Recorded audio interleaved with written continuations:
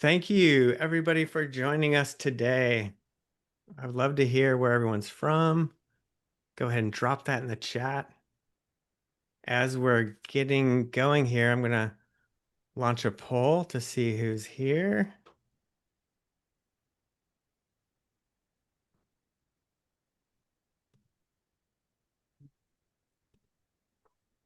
We are recording this, and we'll make that recording available to everyone who registered. Please drop your questions in as we go. We may answer some, along the way, but we'll definitely save some time at the end.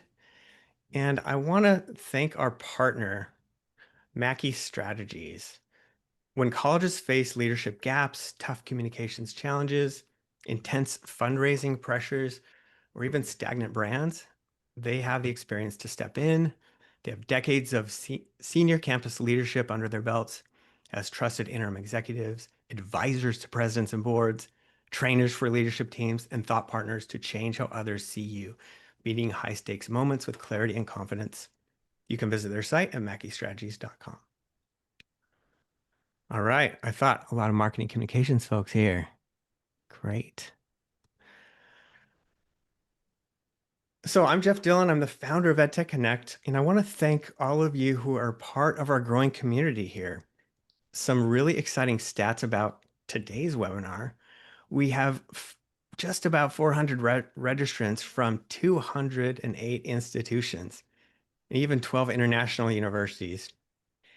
And EdTech Connect is something I started about 5 years ago. There were about 100 people on my email listserv that was focused largely on mobile technology. And that's grown to a subscriber list of over 32,000 people. And we have near real-time tech information now for almost every institution in the US from this crowdsourced model that we've built. And now we have over 1,000 solutions that have been curated by higher education professionals. So I was in academia for 21 years as a web director. I spent my career focusing on the digital front door to colleges, which used to be synonymous with the campus website. Now that's changed. It's so much more than just the website. There's so much content on higher ed websites. It's really hard to find anything through navigation. Gen Z and younger generations have almost given up. And earlier this year, I was lucky enough to help facilitate some original research with the Chronicle of Higher Education and SearchStack's, a search experience company focused on higher ed, to dig into how digital leaders perceive their digital experience and what's important to them. And 19% of web teams still feel, only 19% feel they deliver a great site search experience. So 81% feel that they're lacking, which is the real stat there.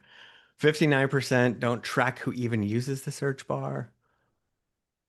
64% never look at top queries, and 92% ignore no results terms altogether. But 84% rate their AI maturity as early and not started. So this research really revealed some gaps, a digital experience gap, which is the delta between where schools are and where they want to be or where they need to be. And a big part of that is the higher ed marketers admit they don't have enough actionable usage and search data. And we discovered a marketing agility gap that was really being able to make content changes quickly, an AI maturity gap, which, it's hard to decide where to start with AI. So I want to give you one practical tip as the appetizer to our big program today. Probably the biggest gap in data that I've seen is in no results searches. And I'm talking about the search bar on your campus homepage. There's a myth that that's dead. People aren't using the search on your homepage. It's only used by internal audiences. Everyone's using AI like ChatGPT. So I've worked with dozens of colleges this year, and I've seen their search data, and I can tell you that mid-sized schools are getting tens of thousands of searches on their page monthly. And the top searches are related to academic programs. They're coming to your site more qualified than ever because they've done their research with all these tools like ChatGPT, but they're running into dead ends. Like I showed you in that data, 90%, 92% of schools aren't even tracking these dead ends. And this is where students are telling us exactly what they want, but we're not delivering and they're bouncing. So what you're looking at here is a composite list of no results searches from many different schools. Anyone notice anything a little strange? How about course catalog? How could that not have a result? Well, this web director told me, when we discovered this, the course catalog team just changed out systems, and this is how we found out. And he was able to fix it pretty quickly. So we all know the pain of our very siloed systems. And it's real common to see specific acronyms have dead ends, or even academic program searches. You can see cyber technology, civil engineering. So this is the opportunity to fix those dead ends, either by setting up synonyms. There's even another school that saw dental hygiene was one of their top no results searches. So they're evaluating the feasibility of adding that program. I often get the question, can't AI just take care of this? AI is great. It will transform everything, but we still need a practical approach. Search is hard, but we have to first keep focused on core search principles like relevance, filters, analytics, stuff that generative AI tools aren't that good at yet. And yes, we need to leverage the power of LLMs, but with guardrails. And what I really believe in is that a human still needs to be in the loop. The stakes are just too high. And there's some pretty innovative ways to pull this off, to leverage AI, but still have control. And it really should be a hybrid approach. So let's go ahead and launch our second poll. Let's see.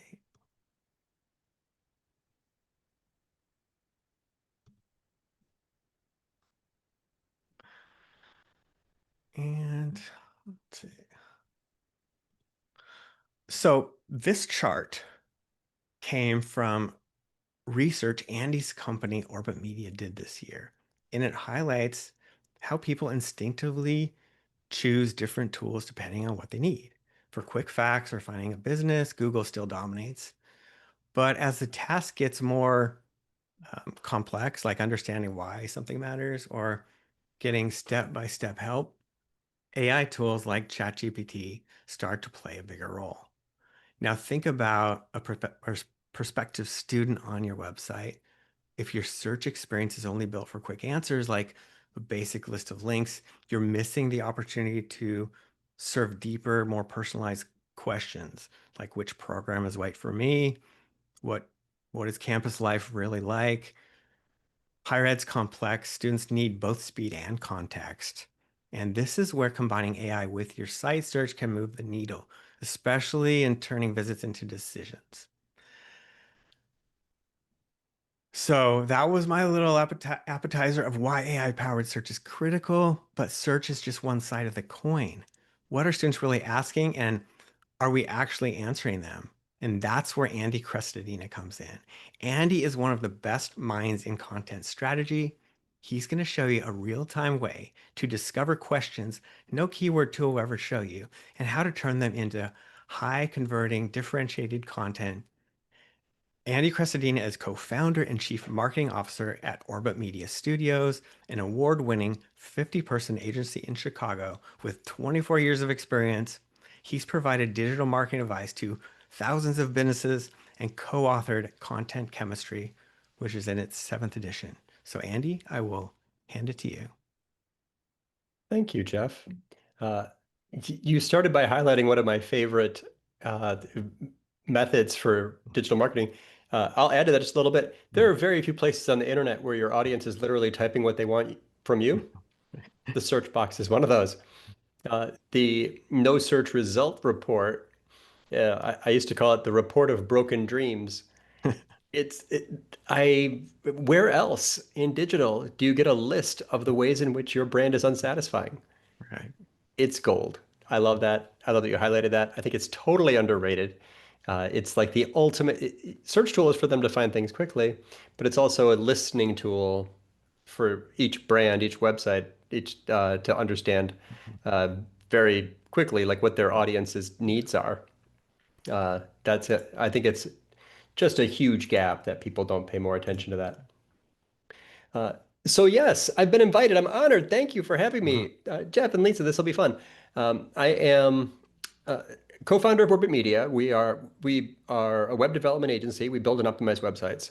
Started in 2001. Right away, I knew I needed to understand search. Right away, I needed to understand visitor psychology and what we now call conversion. And right away, I knew I had to understand analytics. So it's 24 years in SEO, GA4 or GA. Even before Google Analytics, I was doing analytics. It was the precursor tool. And understanding why people do and don't take action on websites. Uh, what, how to better understand this visitor, how to win this test of empathy to align the pixels on these pages with their information needs to answer their questions, handle their objections, supply strong evidence, and persuade them to click the call to action. That's the game. So uh, I'm going to do for you now exactly the things that I would do if you were my client or a friend, or we were, um, you know, meeting up at the university library and you were asking me for advice. This is the things that I would likely do, probably in this order. I'm going to start with just some digital marketing basics, also listening tools. Jeff, that was a perfect table setting. And then move into modern methods using AI. I have some really interesting use cases for you and prompts that we'll share. So first, I think it's very important for us to know, prior to them even visiting, what they want to know about our school. What does your future student want to know about your university? Because for a presentation, we have to pick an example. If this is more of a workshop, I'd ask someone to volunteer. I chose Midwestern University. They have two campuses. One of them's local in my area. I'm in Chicago. I could have picked anybody. I just picked this one. Now, I'm going to first quickly discover exactly the things that that the brand aware prospective student wants to know about this school. What do people ask? What questions are people asking about us if this is us? What do they want to know? This is a tool, I got the link in the corner, keywordtool.io, that shows you every phrase that Google suggests as if you type the next letter of the alphabet 26 times. Or YouTube, or Bing, or Amazon, or eBay, or anything, right? All of these different tools. It scrapes out of the suggestion box the phrases that it found as if the visitor was typing all different combinations. 487 key phrases people are searching related to Midwestern University. Now, interesting, but also extremely practical. Because as I go down, I find that there are phrases like Midwestern University dental school acceptance rate. Someone's searching for that. We know it. It's on this list. What are they seeing? Who are they clicking on? Who wins that visitor? So all I had to do was go search for that key phrase, Midwestern University dental school acceptance rate, and scan down to understand, are we the best answer? And I'm sad to say for this university, as we scroll down, the AI overview has an answer. Booster Prep has an answer. College Transitions has an answer, but we don't publish that data. The takeaway is simple. Be the best answer for every question that a possible visitor, searcher, prospective student has about your school. It is the quickest SEO win in digital marketing because these are branded queries. There is no brand that has a better chance of ranking for the name of for any query that includes the name of your university. So that is one that I think I would absolutely prioritize. It's a pretty easy exercise. You just put that into keywordtool.io, scan down, and just start searching for all those phrases and seeing how complete your digital property is at satisfying the basic information needs for the already brand aware visitor or user. That's the type of, they're brand aware. Let's start there. Now let's move up the funnel. What are the people who are looking for your program searching for? Now, keyword research takes a few minutes to explain. I've taught SEO forever, and I'd be happy to explain keyword research, but there's a big shortcut because if you take a page on your site, not an article or content marketing piece, but a program page.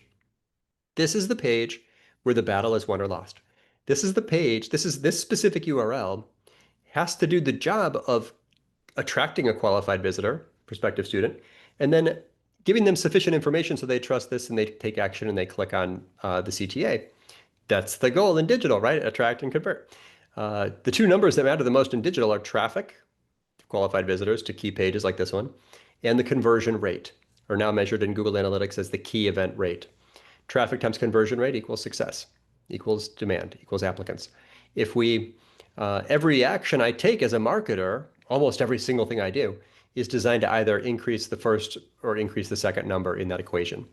So we're working on the first number here first, and I want to tell you the shortcut, the fastest way to increase qualified visitors to this page is to go use a tool to check to see all the phrases for which it ranks already.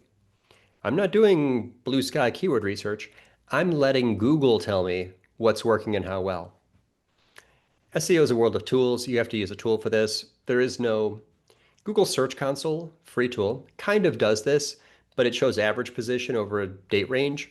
These tools are much more interesting because they'll show you specific rankings, the page, the phrase, and how much it changed over the last few weeks. So I put in that URL for that page, and it's going to show me all of the striking distance key phrases. And as we scroll down, the page is doing pretty well. It ranks for a lot of stuff. But when you get down farther down, I'm looking for the 4s, the 5s, the 6s. This is a visitor who will click through to websites. This is a query that is sort of less impacted by the so-called zero-click search phenomenon. This person is in high consideration mode. Doctor of optometry programs? I can think of only one reason why you'd ever search for that. This person is looking for a doctor of optometry program. I'd call that a commercial intent key phrase. The person's in the middle of making sort of a high consideration decision. They're looking for specific programs. And our hope of attracting that visitor is a function of how well that page indicates relevance and ranks for the phrase. Our ranks increased, but we're still halfway down page 1. All these tools do a bad job of this. See how it says I? That means it's information intent query. Totally disagree. I think it's a commercial intent query. No, do, go. Those are the 3 types of keywords. Information intent, commercial intent, navigation intent. So we did navigation first. Now we're moving up the funnel toward commercial intent. We did the go. Now we're doing the do phrases.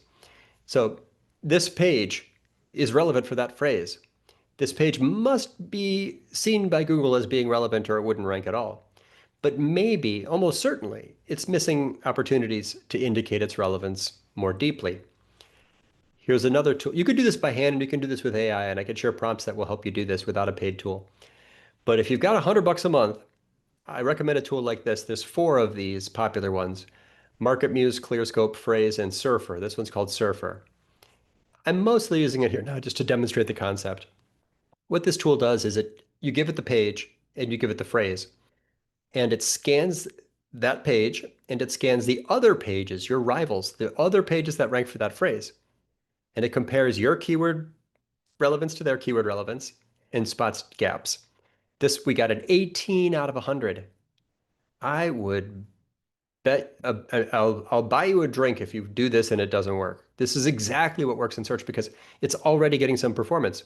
So what are the phrases that it's missing? Well, first of all, it's a thin page. It only has 460 words. The average pages that rank for this phrase have more than 1,000. But what are the specific phrases that would help Google understand that this is in fact a great page about doctor of optometry programs? Here's the list. We mentioned the target phrase, but what about clinical patient care? What about admissions process? What about optometry school? We don't mention optometry school. We don't mention surgical procedures or systemic diseases or student success or qualified students or primary care. There is a huge list of semantically related phrases. That's SEO, semantic distance, right? We're trying to use the closely related phrases that the rivals use many times and we do not, right? The word students is in here. Curriculum, disease, diagnosis, treatment, graduation. All of these are phrases. It's really surprising to me that this page performs as well as it does. So that is the next lowest hanging fruit. Those branded key phrases are basically automatic wins.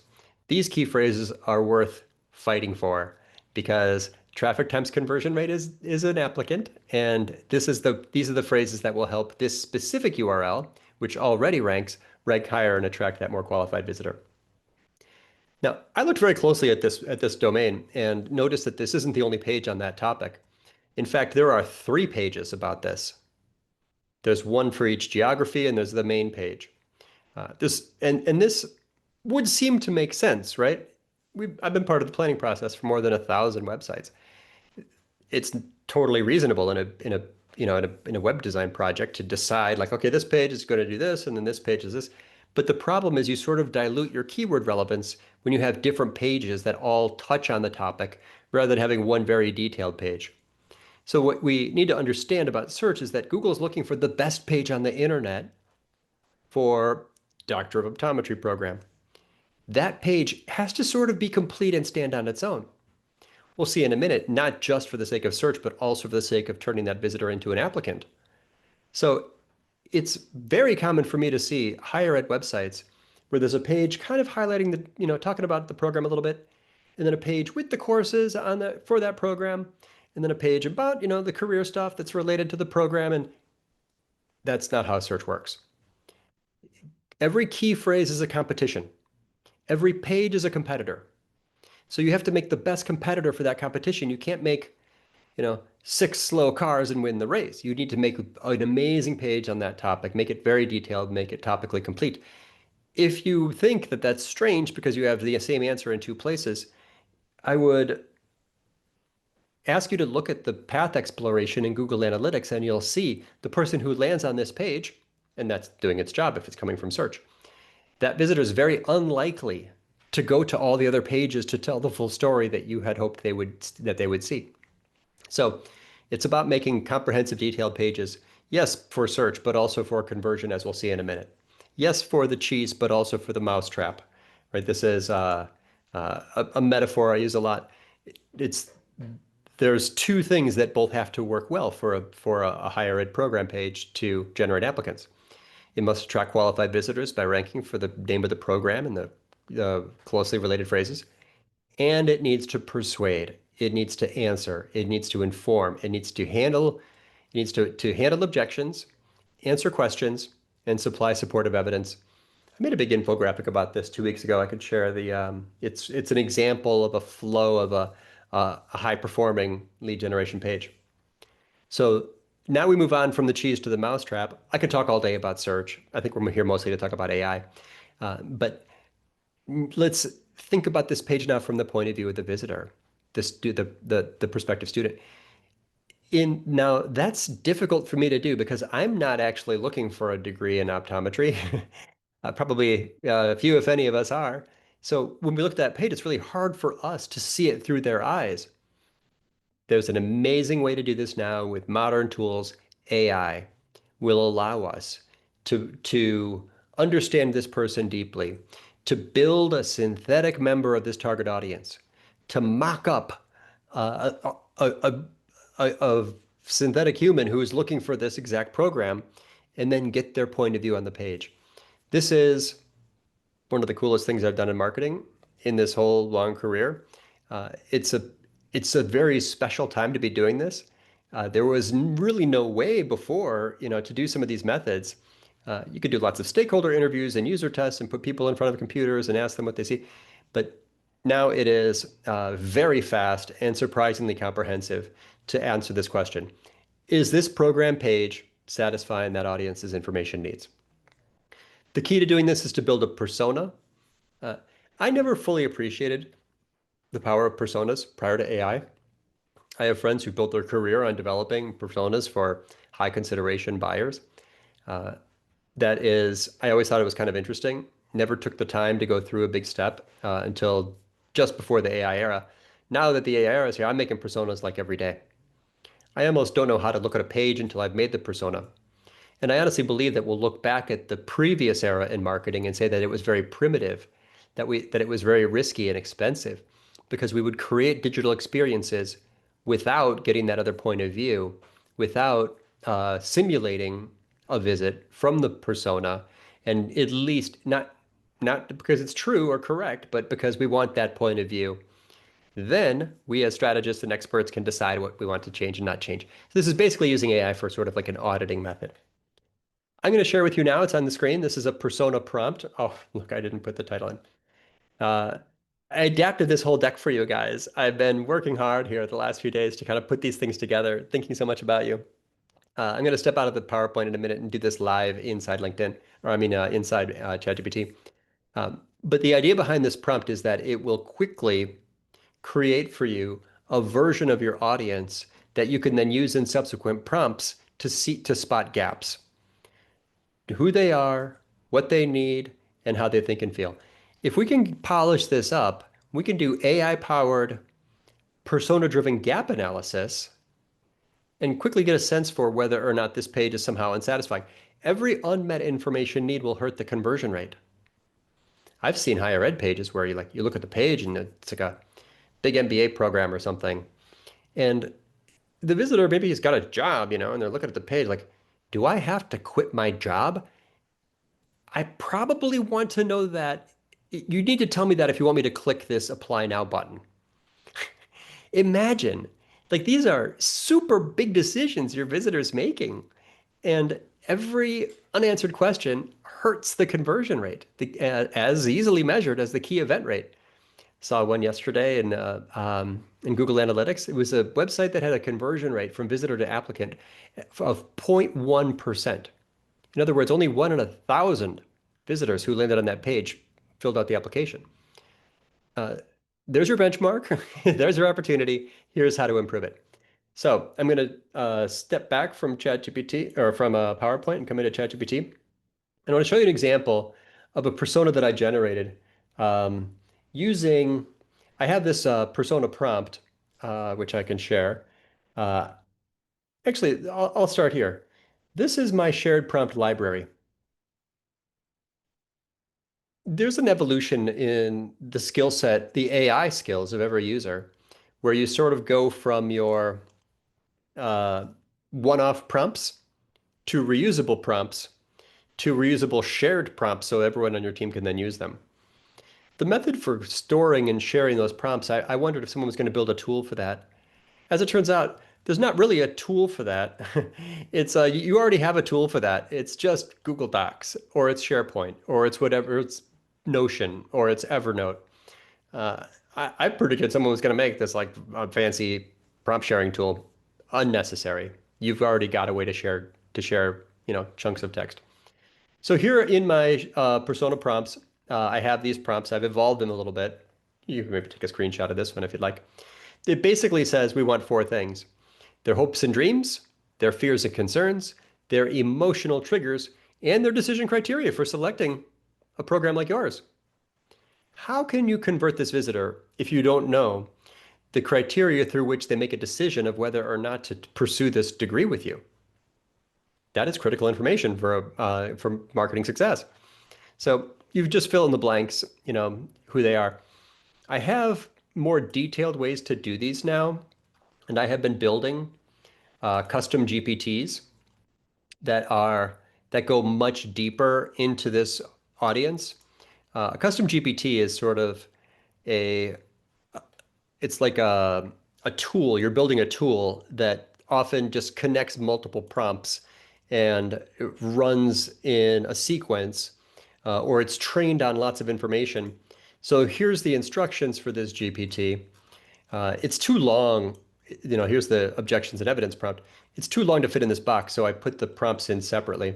It's really fun, and it's the next step for a lot of marketers is to build their own custom GPT or Gemini Gem or Claude Project. This is a fundamental feature of most of these platforms.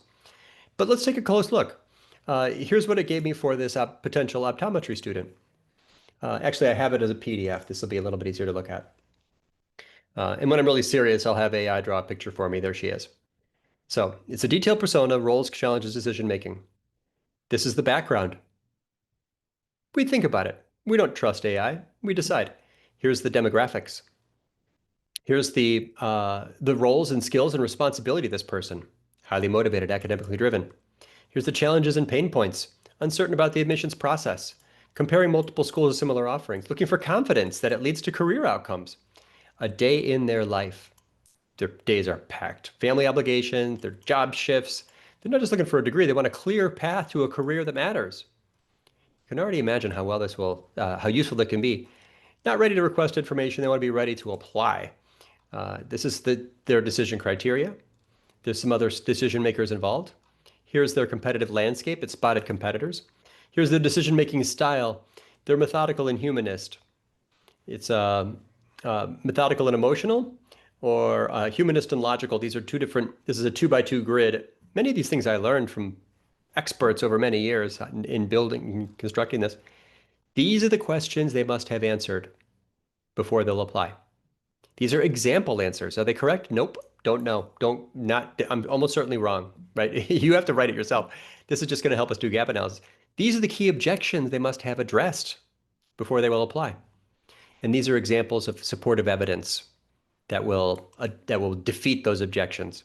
Suggested. It doesn't know. It doesn't have your, doesn't know everything you know. Of course not. It doesn't, this isn't real. This is just a point of view. And this is what their life is like. This is what they have before and after, how they feel before and after, what their average day is like, what their status, their emotion, the esteem they feel.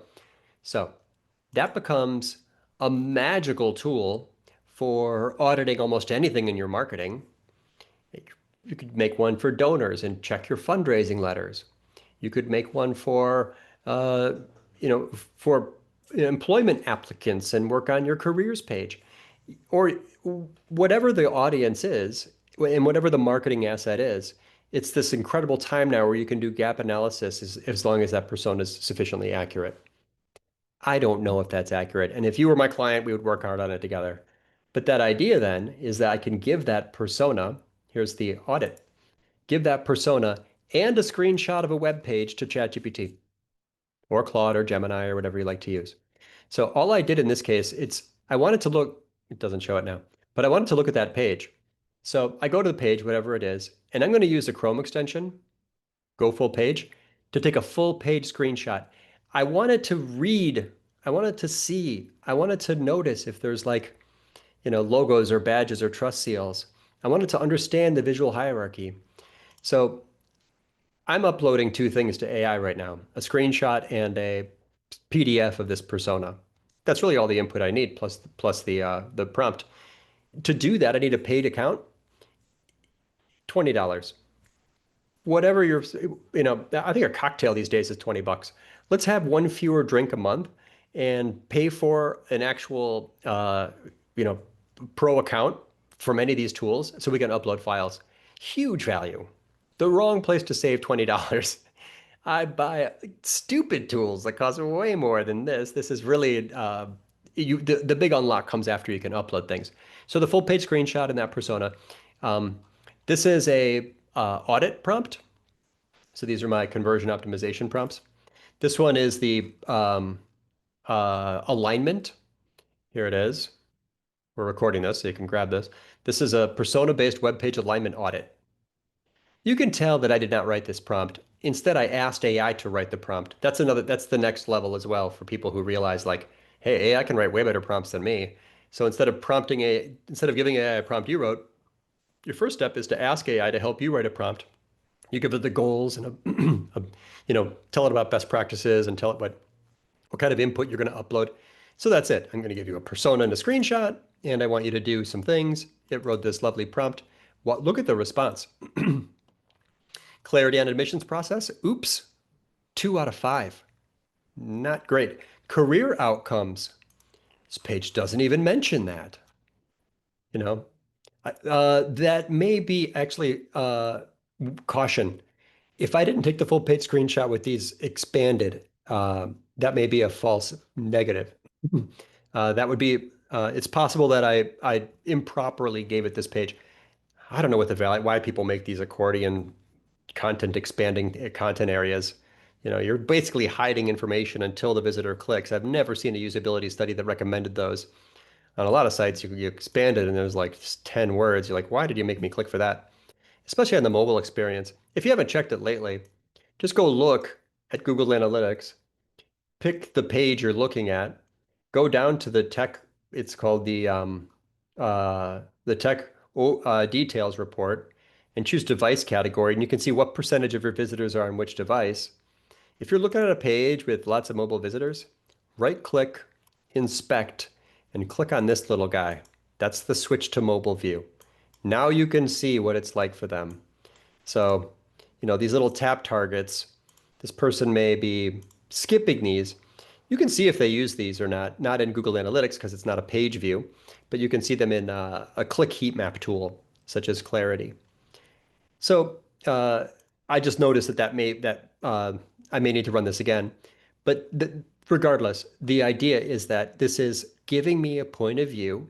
It's not correct. I don't necessarily trust it. I'm going to look closely at the page. You just saw me, sort of audit the audit itself. It gives me a color-coded heat map to show the extent to which we addressed that visitor's information needs. It gives me a list of missed opportunities.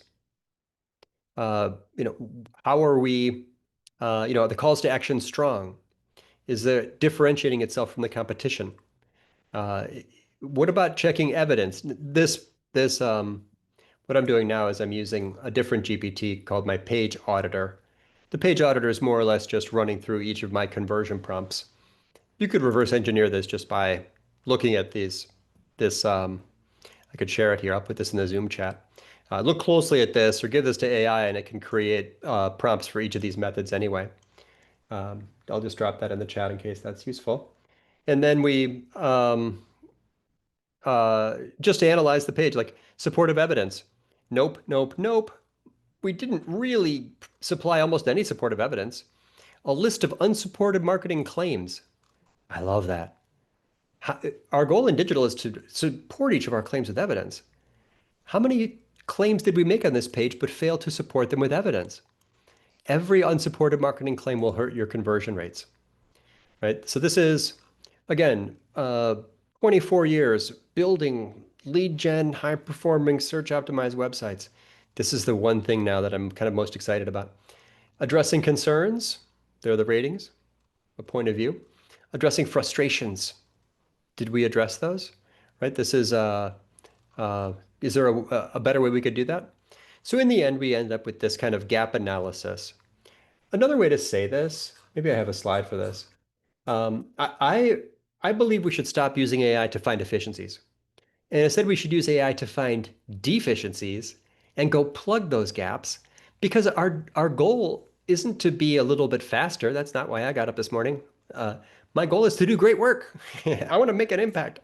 I want to win. I want to win for my clients. I want to win for myself. I want to make high performers. If you haven't noticed, I mean, there's a tiny percentage of everything that gets the best results. Look at any analytics account and you'll see there's a tiny percentage of pages that get most of the traffic. Look on social media, you'll see there's a tiny percentage of posts that go viral. Look in search, there's a tiny percentage of URLs that rank high, right? This is everything in digital is like a Pareto, like 80-20 rule, like winner take all death match. That's how I think of digital. So every chance that I get to boost performance even a little bit moves me a little bit farther over on that exponential curve where results are dramatically better. Emotional engagement opportunities, cognitive biases, right? We had no social proof. We didn't use any stats or outcomes or performance metrics.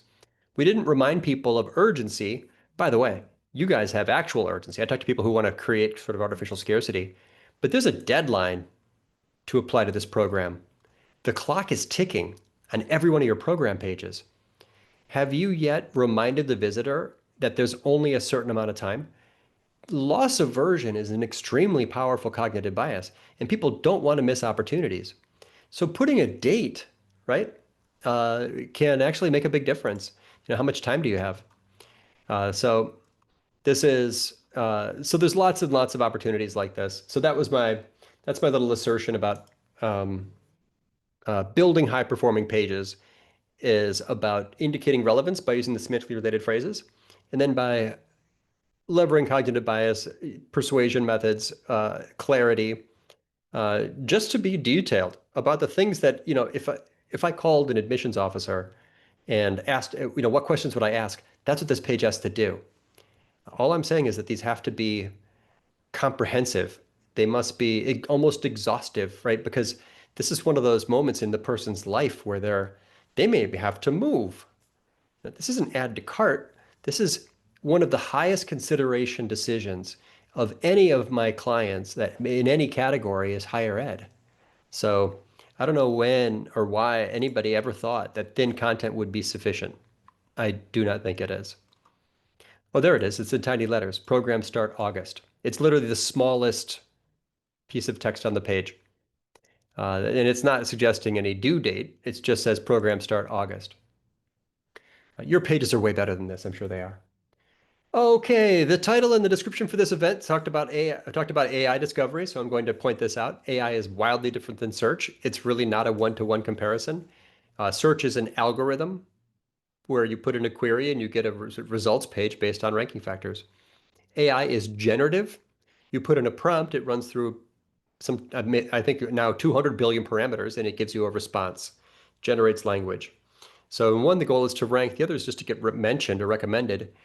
They are deterministic in search and probabilistic in generative AI. You could run the same prompt tomorrow and get something wildly different. You could put a period at the end and get a different response. It's not stable. It's not. It's not. SEOs I think are going to struggle in this era because people who understand AI are they're more comfortable with ambiguity. They're not. It's good for content marketers because we love dotted lines, and we don't expect things to. It's like AI marketing through AI, sometimes called AIO or GEO or just still SEO. It's a bit like word of mouth marketing. Think of ChatGPT as another mouth in the world, and that someone's talking to. It's called ChatGPT. You're going to try to get recommended by this. So in word of mouth marketing, we're really trying to make friends or make news, right? You have to increase the number of places on the web that talk about you. You made these pages comprehensive. We did that. They're masterpieces now. They've got super detailed answers to every related question. You used what Jeff said about site search to inform what else could go on that page. You did keyword research and said people have this question about this topic. You did that. You made a persona. So these pages are now good for AI training data. What's good for conversion is good for AI training data and is also good for SEO. Right? It's now a better page. And now we're going to try to appear in AI responses. Now this is not this is a different game. Search, as we said, no, do, go, information, commercial, navigation. This is likely the breakdown of types of phrases we all search for. Information, commercial, navigation, top of the funnel, middle of the funnel, bottom of the funnel. But AI is totally different. I mean, I made a persona a minute ago, and that was not any of those things. That was a generative intent query prompt. So it's a new type of intent, but it still is. People are looking for answers. The way they're doing it is very different because the average query is pretty short. The average prompt is pretty long. So people are having a bigger conversation. They're talking, they're asking for detailed answers. And there's no tool that will show you what people are asking AI about. You just have to make pages that are detailed and satisfying. When it works and when you get a visitor, that visitor is likely much more engaged. This is research showing from SimilarWeb that a visitor from Google is less likely to or will on average spend less time on a page than visitors from AI platforms. You can check this for yourself just by comparing the traffic in your own analytics. Look at the key event rate for this is my site, people who come from Google and people who come from ChatGPT. It's twice as high because they had a conversation. They got a recommendation, not just a search result, but a recommendation. It's like word of mouth. They talked, they got answers, they put in, they asked for these, a recommendation based on like 6 parameters. They told it all about themselves. It's helping them make specific decisions. Caution about this screenshot I'm showing, that's only 6 leads, but these actually are leads 100% attributable to AI. If you haven't yet, I'm publishing an article in a week on this. You can go into analytics and see how much traffic you're getting from AI right now. This is how to build that as a GA4 exploration. And it just simply uses a filter that describes all the AI platforms. It says Meta.ai, Perplexity, Chat.openai.com, Claude.ai, Mistral, Gemini, ChatGPT, Copilot. That's all that says there is like, look at only those. And that way it filters for that and it shows them down here. And you can see the growth of AI traffic to your website. How do we get AI to recommend us? This is the best research I've seen. It's from Ahrefs, which we looked at just a minute ago. They analyzed 75,000 brands and found that the one thing that correlated the most between brands' marketing activity and the likelihood of them getting recommended by an AI was branded web mentions. What does that mean? PR. It means places on the internet. So your first job was to make your site an amazing resource. Your second job is to make sure that you are all over. So the branded web mention is the number one correlation. The future of AIO or whatever, GEO, will likely have strong overlap with PR. You can see it yourself. It's perfectly visible. Just go to an AI platform and start asking it about your brand, and you can see what its sources are. You can ask it about your competitors, and you can see what its sources are. So this is marketing 101. Pretend to be your audience for 10 minutes a day. Wildly enlightening. I'm considering going back to school for an optometry degree. I'm considering Midwestern University. Tell me about the program. How does it compare to similar degree programs? So this is what it believes after having ingested the internet about your brand. Where did it get that information? From you, your website. This is why websites are not threatened by AI. They are, in fact, your secret weapon in AI because this is the one place where you can put the most detailed information on the internet. You are unlimited in time and space. You can make as many pages as you want. You can you can make each page as detailed as you want. The visitor may not be getting a brand experience by clicking through and getting all that information there. Your website in the future is increasingly becoming a feed into other systems. But how else do you put all of your best answers online? It's your website. So, but it's not the only source. Look around. See, there are other things that are teaching the AI, about this brand. So that the brand with the biggest digital footprint has the biggest advantage. What you're looking for is mentions of your brand with those adjacent industry related terms nearby. If there's many places on the web, Doctor of Optometry program, nearby Midwestern University, that is creating an association that gets ingested by AI. That is part of AI's massive probability matrix that determines how it predicts the next chunk of language in a series of text. That's what AI is. It's a big piece of math, predicting the next piece of language. And to influence what it picks, Midwestern University or not, is about how broad of a swath on the online we had all of that information, right? So you can see that's got, public list, but other before, like, look, this is showing a gap right there. There's a gap. So what are the tactics that will win for that? I don't have examples from higher ed, but I'll show you what I'm doing like every day now. Here's a community. It's the Inc. 5000 community.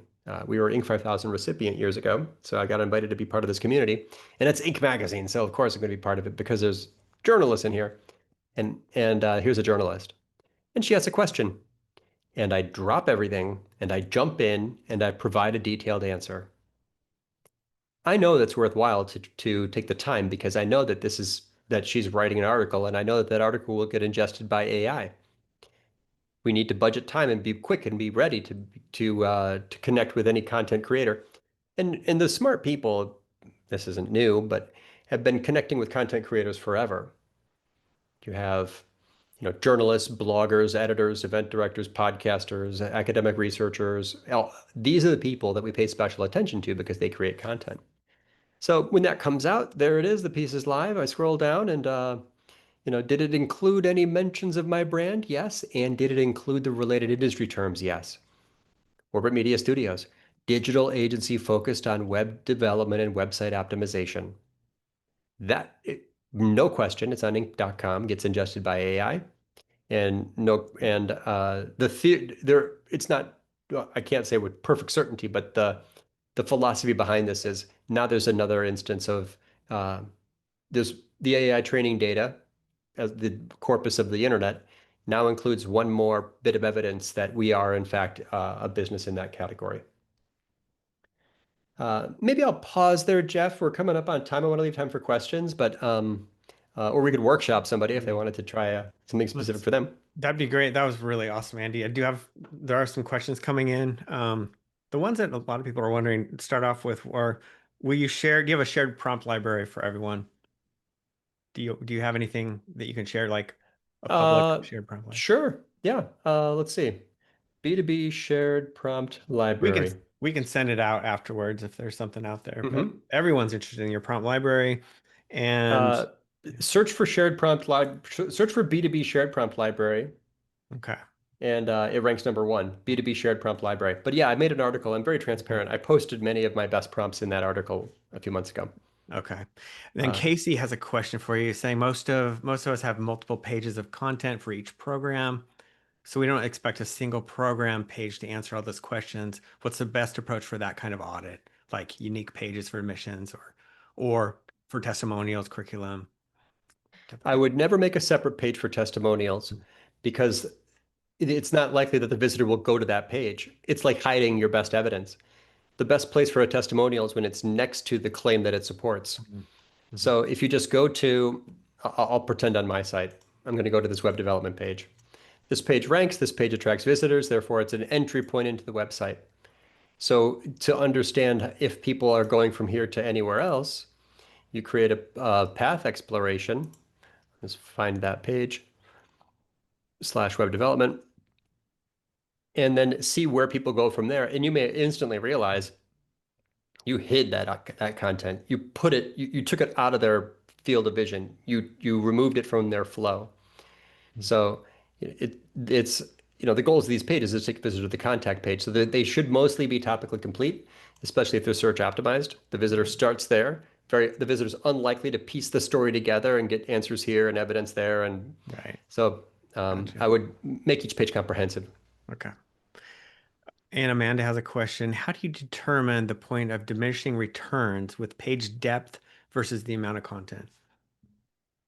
Well, if you install a tool like Clarity, you can see a scroll Mhm. heat map and you'll see just how far down people make it.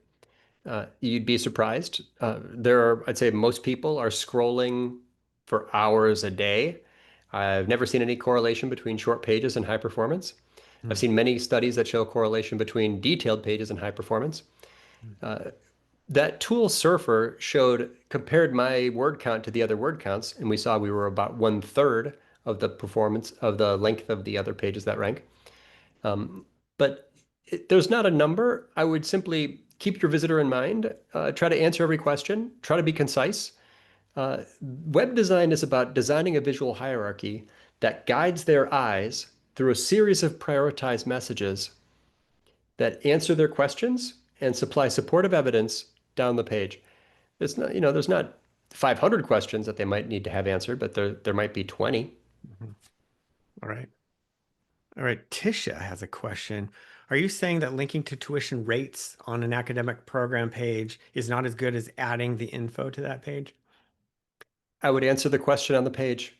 So I would put, and some companies try to hide it. They'll say like the dollars per credit hour. Mhm. Do you want your visitor to do the math? I mean, it's if you don't say it, there's a risk they'll go somewhere else to find it. That acceptance rate query we used, the answer for that program was on these pages that had six other programs. The last thing you want them to do is to leave your website, go to Google, and jump back into the deep end. So I Mhm. would just be upfront about it. If the number sounds high, you can put a stat like X% of students get financial aid, or put a Mhm. call to action. Speak to a financial aid officer or advisor. Speak to a financial aid advisor. So address it somehow. But if it's not there, and they need to know, what do you think they're going to do? Mhm. Right. Ben has a question. Is there structured data or schema markup that will improve the chances of pages being cited in LLMs? Most of us believe that Schema is important. I know a few SEOs who think that it's no longer important. And I wrote a prompt for this once. I love the idea of schema in general because if you even look at the schema list for that type of content, you'll immediately get ideas on how to make the page more comprehensive. Do LLMs use schema to understand pages? Unknown. I don't think they even need to. They're just taking everything and analyzing all language. But if you are in a schema mindset, you're more likely to make a comprehensive page. Good one. Kaylee's asking which conferences that we recommend. I'll give you the three that I really think for higher ed marketers. I just went to EduWeb in Maine. They changed that location every year. Great conference. Digital Collegium is a great one. AMA are my top three for marketers. How about you, Andy? They're not higher ed specific, but MAICON is the AI conference in Cleveland, MAICON. Mm-hmm. Um, I love that's those guys. Yeah, they're great. yeah, I'll be there this year. I'm teaching a how to make custom GPTs workshop, actually. Oh, that'd be great. So Lauren's asking, I'd like to re-strategize our website completely and build a new outline and UX for the site with AI in mind, as well as agility to build and update pages. Any recommendations on what to keep in mind? A website redesign for a big site needs these days to first be very sensitive to what's currently working. There's For an established brand, there's always some risk of negative ROI. So our process and any good process includes an audit of all the URLs. What are all the currently high-performing phrases for which each of those URLs rank? What the number of links to each of those URLs? And then you can be thoughtful about whether or not to consolidate or move pages. Ideally, the URLs don't move at all, like not the UX, but the structure in the address bar for each page. So there's a detailed audit involved. Any URL that is moved, you need to create a 301 redirect strategy. It's a bit of a spine transplant. For a big site, you have to handle these things very carefully. Having said that, navigation, look to see the site search report's excellent. That can inform navigation decisions that Jeff started with. Mhm. The path exploration I showed a second ago in analytics, that can inform that. Measure the click-through rates and calls to action, form hypotheses about higher performing click-through rates. Mhm. But no, every site must be redesigned eventually. I got to add one to that one is that take control of your site search. Most schools are on the Google free tool now, and I've seen them over the last year scramble off pretty quickly because they don't have the agility they need to control that indexing and the search result page. So make sure you control that because it can take you through the project, getting the data before and after, figure out what you did wrong. So it's a good time to get budget. It's a good time for search. Um, I like this one from Ben. This is probably our last one, everybody. But before I ask this last question, will you be able to make the deck available? You covered a lot. So many people want like the resources you had, Andy. Would that be possible, Andy? Are you there?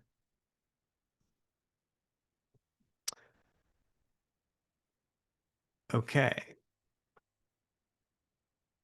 Which companies or industries are setting the standard for AI optimization? This is from Ben. And what should hired marketers learn from them?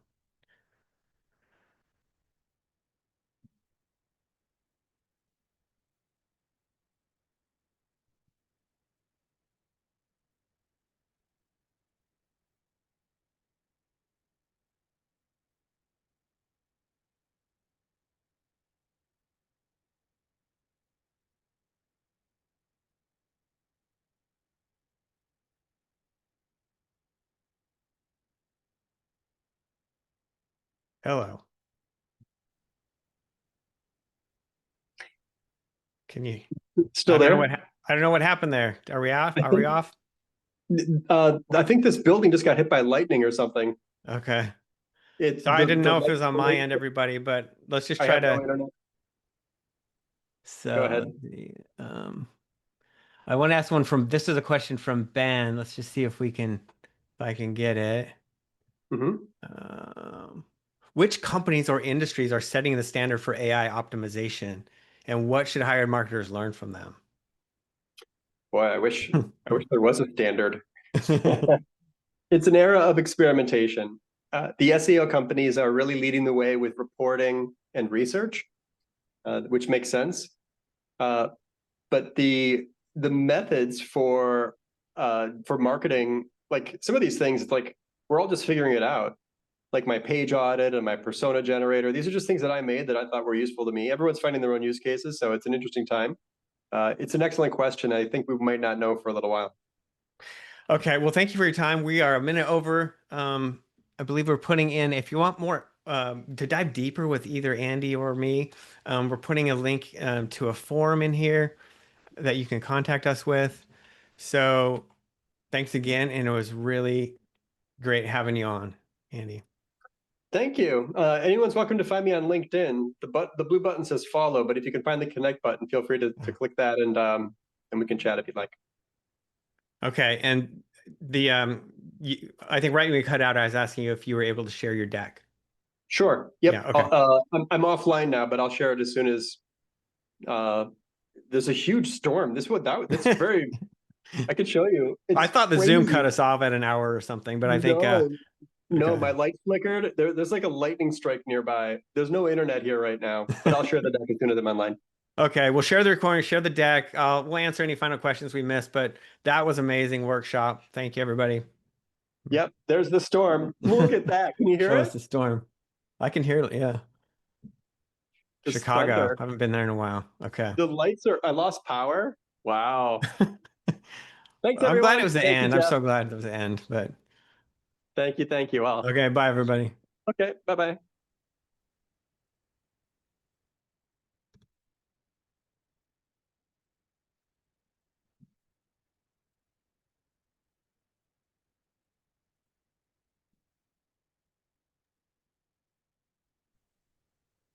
Did you end it? Hold on. Hold on. Did you end it? I'm keeping it open just for a few minutes, everybody, to see if anyone's filling out the form. I don't want to cut it off and cut anyone off. So it's not ended yet. We still have 30 people in the room. But if anyone's still on there, that link is in the chat. We will be shutting down in about a minute.